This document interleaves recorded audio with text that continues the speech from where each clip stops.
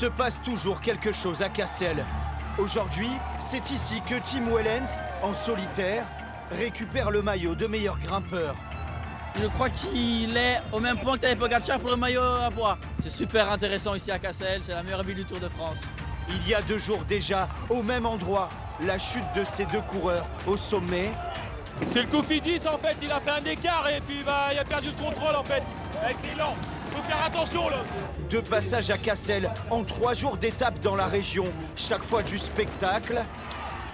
C'est une particularité, on est à 171 mètres d'altitude dans une région qu'on appelle par ailleurs le plat pays.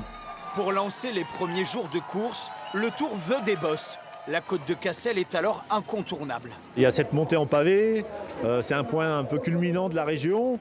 Et puis voilà, c'est un beau village et donc ça permet de faire disputer des classements du meilleur grimpeur. Et ça attire aussi un nombre public. D'autant que ces dernières années, le village devient aussi une référence des courses cyclistes. Les 4 jours de Dunkerque, le championnat de France il y a 2 ans et désormais le Tour.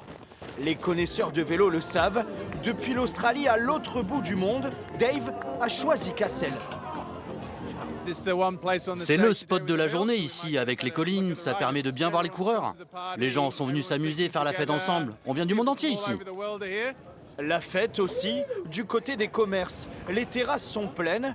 Ici, Morgan, le patron, parie sur le succès du barbecue.